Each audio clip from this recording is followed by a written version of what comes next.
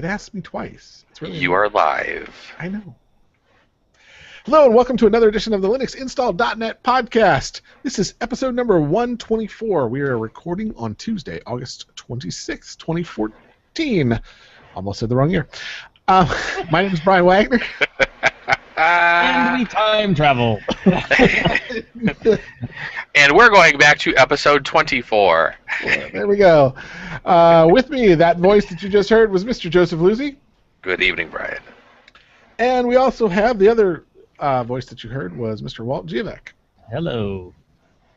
How's everybody doing tonight? Outstanding. Are we having fun yet? Mediocre. Well, yeah. Okay. I had comments I won't make. Anyways, Walt, what have you been up to this week? Work. Yeah? Work started. Work actually got to do work. How's Real that work. XBMC box coming? That actually turned out great. Glad I put in the effort. Although, I was waiting. I ended up having to get that M500 Crucial SSD because that was one of the few that worked with the Mac Mini that I have. And it went on a Newegg flash sale 3 days later. Luckily, it was only maybe $4 less than what I paid. Oh, that's not bad. So, yeah, it was one of those, situations. But yep, had to do the internet install, internet update, patch. But now XBMC runs awesome. They got some nice tie-ins because I'm actually running it on the Mac OS to where if you use the Apple remotes, I got like a super old one, but any of them work, you can reprogram it so when you hit the menu, it automatically launches it instead of bringing up whatever Apple's media time, whatever that thing was called. And then some of the hardware acceleration stuff, is enabled out of box. A couple other little features, but yeah, it's ridiculously fast. My Apple TV to scan my media library usually takes a little over an hour, and this machine did it in 7 minutes. So, very pleased. I can play with all the cool skins. I can actually leave wallpapers turned on. So did that go upstairs or is that downstairs? With Oh you? no, this is for me. It's sitting right there. Yep, forget the wife. She doesn't Yep. need it. No, she's good. The only reason why I didn't put it upstairs is she watches Netflix more so than anything else. And although you could run it on it, you'd still have to go to the, Mac OS and do it all through the computer. And those appliances are just too easy to hit the button and be on your way. So. And there's a lot to be said for too easy, hit the button, be on your way, especially where spouses are concerned. Yes. I won't say women, because I have quite a few female friends who have husbands who are the same way my wife is. So, But how about? other than, Oh, sorry. What else? other than that, that was my few minutes of free time this week, whatever you want to call it. Wow. Well, but still, that's cool. You got to hack some more hardware.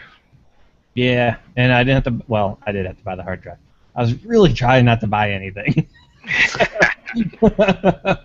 Fail. Well, How about you, But- Joe? I was going to say the same thing like with Walt when he bought that drive. I picked up that 3 terabyte drive last week, and Brian, remember when I texted you about the red drives being on sale?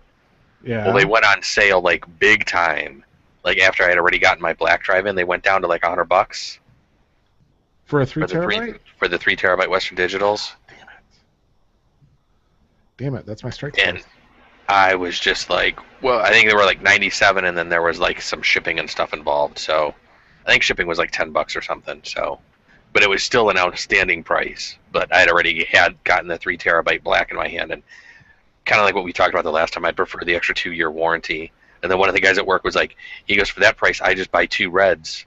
And I was like, shut up already. Just go back to your desk, and you're annoying me. I was like, smart ass. Other than that, this week I have been working on automation, documentation, and fun with rotating logs. I'm sure you remember all the log rotation stuff that we do, Brian. Some of the I newer wrote one of servers the that. scripts. What's that? I wrote one of the many scripts that Yeah, I know. we were using. I will be editing that tomorrow to add in some of the newer pieces of software because some of the logs on a couple of these servers they're writing to are just getting insane, like 400 megs a day on some servers. I'm surprised you guys aren't doing log aggregation anywhere. I'm surprised they haven't wanted to stand up elasticSearch or any of the other log. Well, you're talking about things like Splunk, right?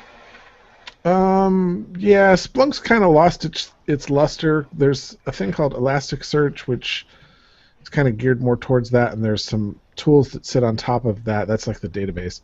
And then there's tools that sit on top of that. There's a whole series of open source tools now that do really pretty kick-ass reporting. I'll have to look at that because when we did play around with Splunk year and a half ago, maybe, might have been shortly after you left, it wasn't doing everything that some of the developers wanted it to. So I don't know what. I really didn't. I wasn't working on the whole project or anything, but I remember we stood one up. We had it up for a little bit, and then we just took it down because it just didn't seem like it was giving them what they wanted to. So I'll have to look into this other product that you just mentioned. That yeah, look at elasticsearch.org. I'll put the link. All right, that's cool. Thank you. Other than that, just been working. I mean, there's just been so much stuff going on at work. I was working over the weekend as well. Had to be logged in, so I'm open. I have a 4-day weekend this coming weekend, and I'm going to relax and play some games and just do some things around the house that I've been wanting to do for a while. I forgot we got Monday off. That's awesome. And I took Friday off too. Oh, And Thursday I'm working this from made home. my day.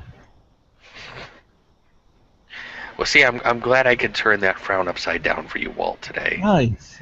My mediocre status has been updated. Brian, what you been up to this week in Windows land? Are you keeping the Windows clean, Brian? Are you using Windex? So I had a client that had a interesting situation. I'm not going to go into details because it's boring as all hell. But they had a situation. They wanted something. They talked to Microsoft. Microsoft told them, well, it seems possible, but we're not sure it can be done. And they were like, really? That's the best answer you can give us? We're paying for premium support for what? So my company had gotten the call, and because I was available, I started working on it. And so it took me 3 weeks, but I did something Microsoft said they weren't sure it could be done. And it works awesome. The only problem is I've about killed myself for the last 3 weeks trying to get it to work. Because OAuth sucks. Because you're working with a Microsoft product. No, OAuth is an open standard, and it just blows. It's very confusing, but we'll talk security stuff here in a few minutes. So because I've been working so hard on that, I really didn't have much time to do anything Linux-wise. Trying to think of what else I played with. How's your Pogo plugs running? Pogo plugs are running awesome. I switched the house over to using the Pogo plugs for DNS and DHCP, and nobody noticed, so that's a plus. And come to think of it, that was one of the things I was going to do this past weekend that totally got dropped because I had to work. I was going to actually take down my old DNS DHCP server and make sure that everything really has switched over. But yeah, that whole having to pay bills thing just really sucks. I know. Well, actually, I'm salary, so I get paid no matter what. Monday, as long as I'm at work Monday through Friday, I get paid. So, yeah, my little box of work still going on good too. Yeah, I get all those hours too, and it sucks because I have to go start at a new client tomorrow, which means that I'm probably not going to be able to take. Well, I might be able to take off early on Friday. I may not be able to take off early on Friday. I'd really like to, but I'll be in Pittsburgh, so taking off early still means I have 2 hours till or hour and a half till I get home. Oh well, but that's all I did. Unfortunately, not enough Linux stuff. More Linux stuff this week because I have to start preparing for speaking at Ohio Linux Fest. There you go. I will be there on October 25th. We don't know a date yet because they just announced who the speakers were last week. And I'm actually I have to prepare 2 presentations. because I'm a backup speaker in case somebody backs out at the last minute. So I have to come up with not one but 2 presentations. How did you do that's that? I submitted 2 presentations. I said I'll do this one. I remember you said you were submitting 2. And the guy that's running the speaker said, "Hey, I don't want you to have to do this for 2, but could you have a backup presentation ready to go?" And I'm like, "Yeah, sure." So I'll be doing both I'll be preparing presentations for both my topics. But I'm not going to practice the second one. It's just going to be, I have some ideas for the second one. So my presentation is going to be on, well, basically the title is, management says they want to do DevOps, so what now? More or less is what the title is. Where do you begin? So I'm going to be talking about how to get started and where you should focus and what you should do. So if you're going to be at Ohio Linux Fest on October 25th, come check it out. I would love to meet you guys. So if you guys find me, even if you don't want to listen to my silly presentation, if you just want to find me at the conference for my session, please stop by and say hi. We would love to talk to you, and I'm sure that one of the cohorts will be somewhere near, so that they can heckle me while I'm speaking. Oh, yes. I'm sure I'm getting heckled. I'm not even worried about it. Yeah, so that's it. Shall we move on? Let's move on. Let's move on. Hey guys, it's birthday week this week. We have Everybody's getting older. Everybody's getting older. I already got older. That was at the beginning of July. But Debian and Linux both had birthdays this week. Debian turned 21. I thought Walt was going to get me the date. And Linux turned 23 on August 25th. And so. Someday. And Walt gets hit by a bus. Well, it's more likely to get hit by a farm tractor, but you know. True. So, yeah, it's hard to believe that it's been 23 years. And I've been doing it for 20, so I only missed the first 3 years, and I was in college for 2 of the first 3 years. So, kind of interesting. I do remember hearing about it in about 93. And when I think about it, now that I have that, so The I started 16th. It's the 16th. It was the 16th is when Debian turned 21? Yes. Okay. So I started working at FedEx in 95. In 95. And they were already running Linux in production in 95. They were running Slackware, if you can believe that. I think we were using Macs back then, because I think that's when I was at the comic book store.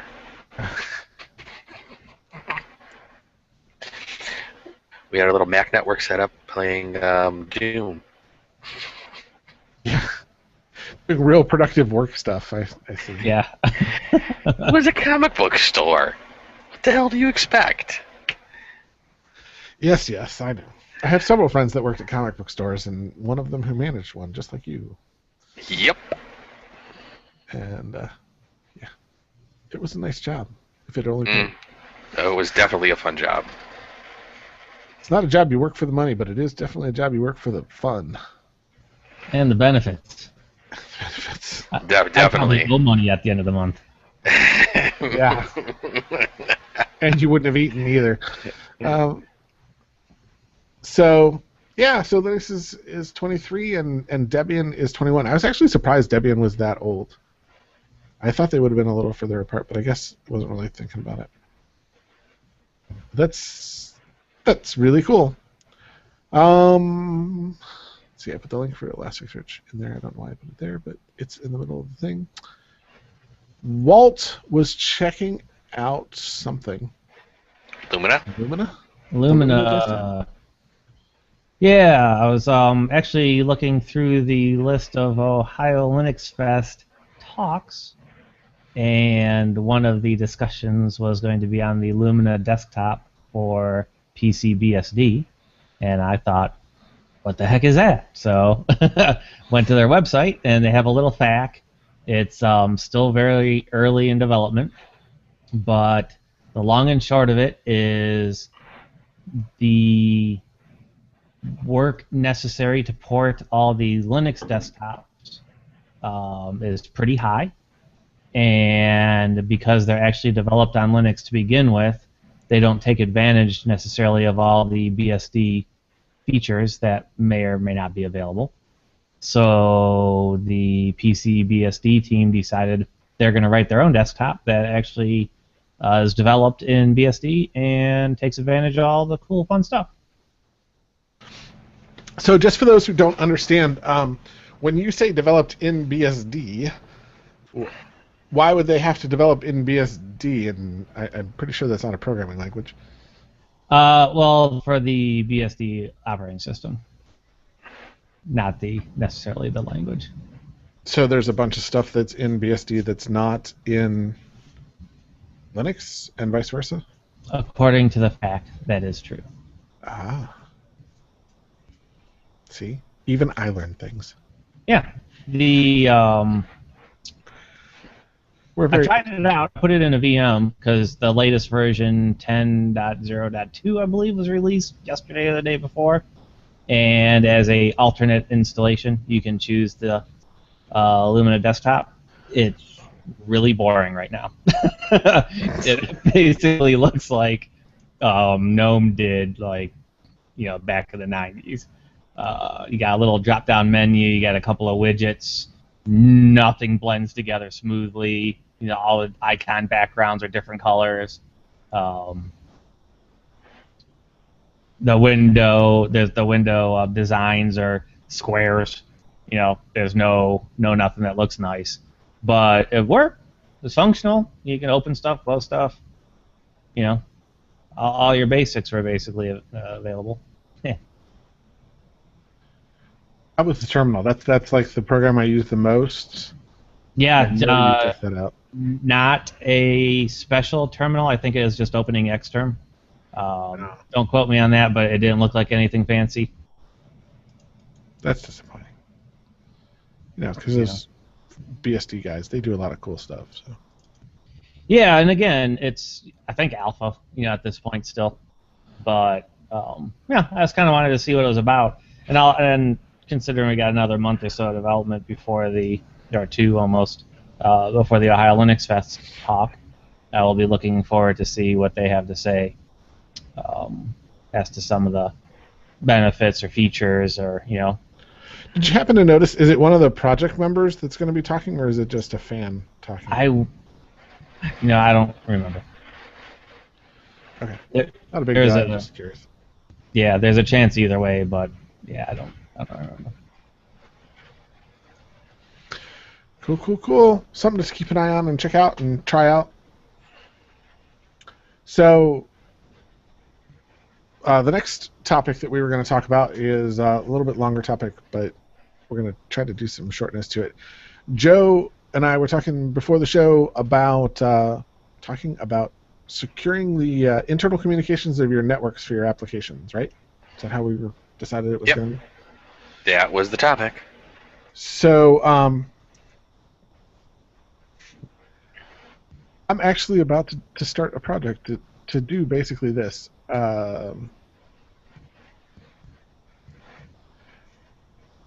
In securing your applications, what we're referring to is making basically everything talk over some sort of SSL or TLS connection, some encrypted channel protocol between the two. TLS and SSL are by far the most used, and SSL would be the same SSL that had Heartbleed several months ago. That's the same thing. TLS is just transport layer, so it's just a little bit lower layer, but it's all pretty much the same concept. You're going to send, you're going to open a network connection at a very base level, and then you're going to send communications over that base level connection in an encrypted manner. And they all use public key, private key encryption. As far as I can't think of anything that's not using that. There might be some specific VPN technology that's not using that.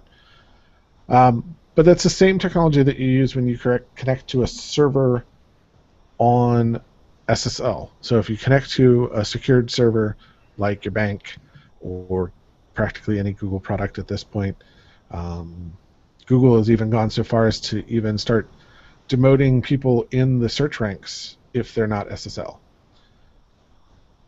because they want to promote people using using SSL and securing your traffic. So the benefits are, and this is a fact that a lot of companies want to bury their heads in the sand on, and they don't want to talk about.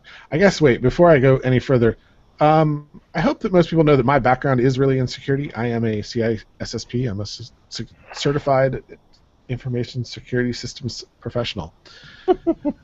That's a mouthful. I'm a CISSP. Say that 10 times fast. That means that I took a $600 or $700 test that took me 3 hours, 4 hours.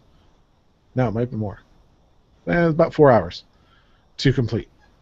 And it's a serious test, and it covers a whole bunch of domains and a whole bunch of stuff, everything from law to physical security, like how to secure doors and CCTV cameras, and you have to know a little bit about a lot of stuff. And then everybody has specialties, so then there's specialties inside of there where you can specialize on different stuff. But that's another 4-hour test at almost $1,000. But it is the only certification test that I have ever taken that I was actually proud when I got done. I didn't feel dirty and like I was cheap just getting a cert to get a cert. It actually meant something to me. It does mean something to me. It's very, very hard to get. And you also have to have other requirements. You have to be a security practitioner for at least 5 years. You have to have somebody who's willing to sign off that you do know what you're talking about and you're not just an idiot. You just didn't, study so that you could pass the test. That kind of thing.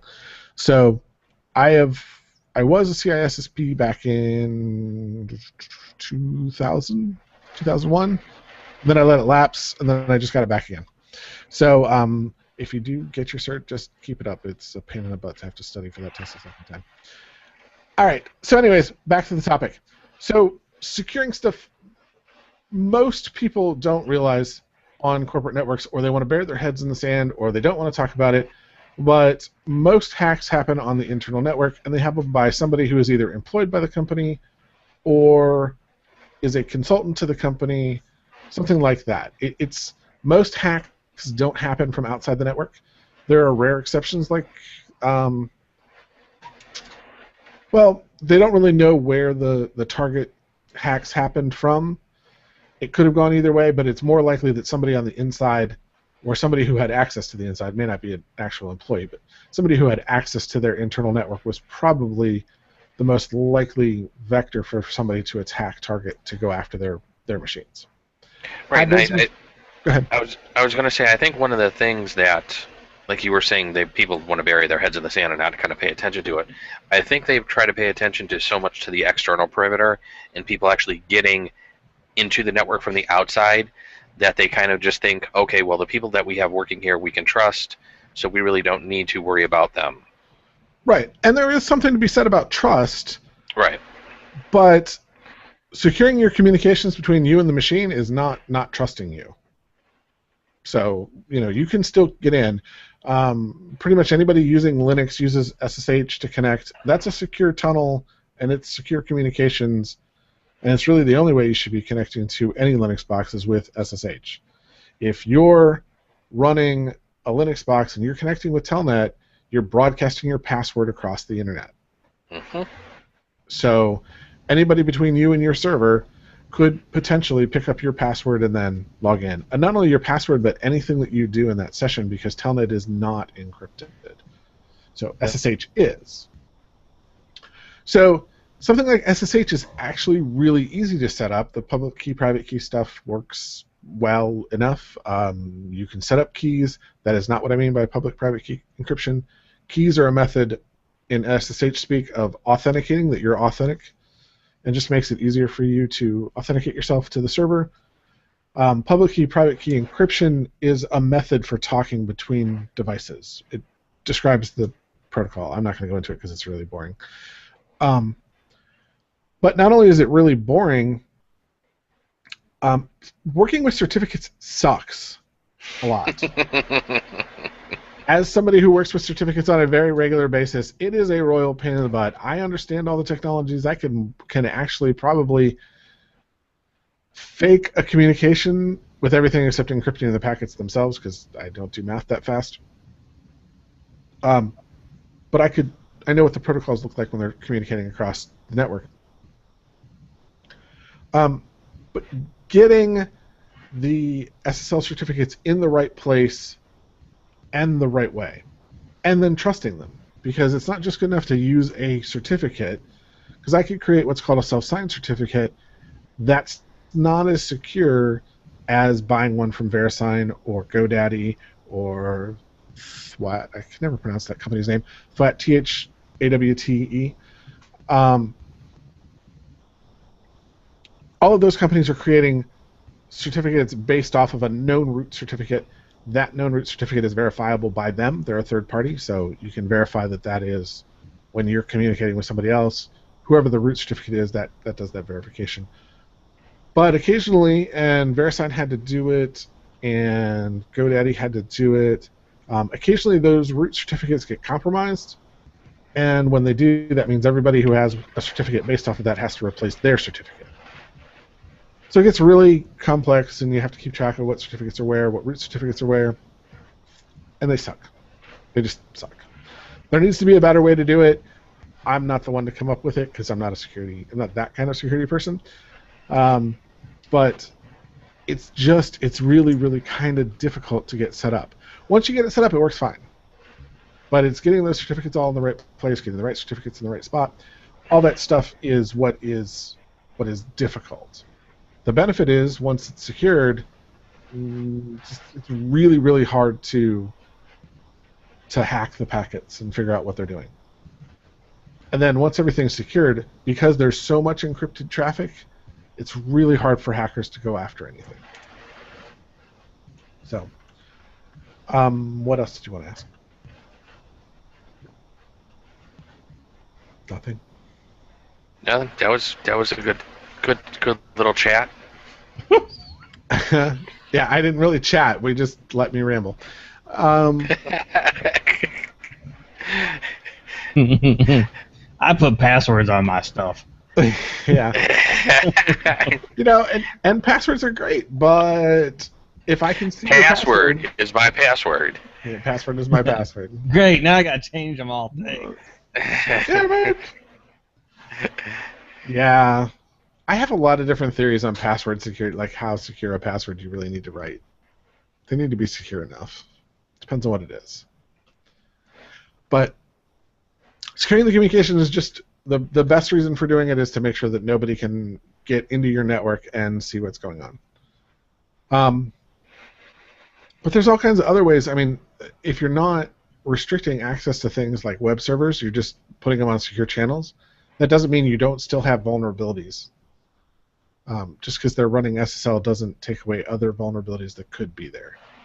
Like, I don't know, SharePoint servers with lots of really classified intelligence documentation that don't properly control the rights, so that people who want to share all those documents with the internet and the world and then run to Russia, that doesn't, that wasn't a matter of not securing the network at an SSL connectivity level. That was not securing the network at a, wow, that's really dumb that anybody in that organization could see all those documents. Or at least that a contractor could see those documents, because it's probably not the best thing. So, what else do you guys have? Anything?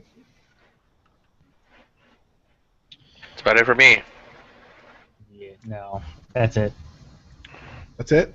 Or were you out? I bored the hell out of you, didn't I? Trust me, my presentation is much more interactive than that. We were trying to help you prepare for October. This was just a first run through. I thought it was very good. Thanks. See, and we didn't even heckle you today. So next week we'll practice it with heckling. With heckling. Sweet. I'm hoping they're going to videotape my presentation. They made us all agree that they could. I'll do it if not. Well, I got my video camera and I got you guys, so I got at least one video camera. I'm sure I know at least one other person with a video camera. Too bad you couldn't stream it out live somehow to like a Google Hangout. I know, that would be really cool. We'll have to talk about that. I'll have to ping the speaker guy and see what they're planning on doing. Yeah, hotel bandwidth is notoriously crap, so. Yeah, that's true. And I was thinking about doing it with a MiFi, but then I was like, yeah, wireless signal in general is going to be pretty bad. And in that building, I don't remember testing to see if we actually had connectivity. Let's put it that way. Yeah, I can't remember either. I used my computer once for like 4 minutes. Yeah. I used my phone a couple of times. I have notes from last year's Ohio Linux Fest, but that's it. All right. So let's just wrap this up. Don't forget, you can follow us over on the Twitters. We are at Linux Install on Twitter. We have a wonderful and thriving community over on Google+, so plus.google.com/+LinuxInstallNet. And you can check out what Walt's doing over at Jevack.com, what Joe's doing over at whatimplayingnow.com. That would be the podcast he was referring to at the beginning, or at some other point. And then I'm doing this other thing called DevOpsMastery.com. It's been a little slow because I'm having trouble connecting with people to actually produce my podcasts. It's the problem with having a co-host. We are. And of course, what? We are problematic. All of you, all three of you, yes. Ohio Linux Fest, for those interested, is October 24th and 25th. 24th is mostly learning tracks, training courses and stuff like that. But they're pretty steeply discounted, so if you can get to Columbus, Ohio for October 24th and 25th, I highly recommend it. Myself and previous co-host, Mr. Greg Martin, are both presenting on Saturday. We don't know times or details or anything of that nature yet. Probably won't know that till if we're lucky, the week before. So I don't know if I'm presenting after lunch or before lunch, which is always fun. And let's see. So presenting. There's that. And I think that's it. Let's see. Walt, what should everybody go do? Go install some Linux. There you go. Bye, everybody. Have a good week. See ya.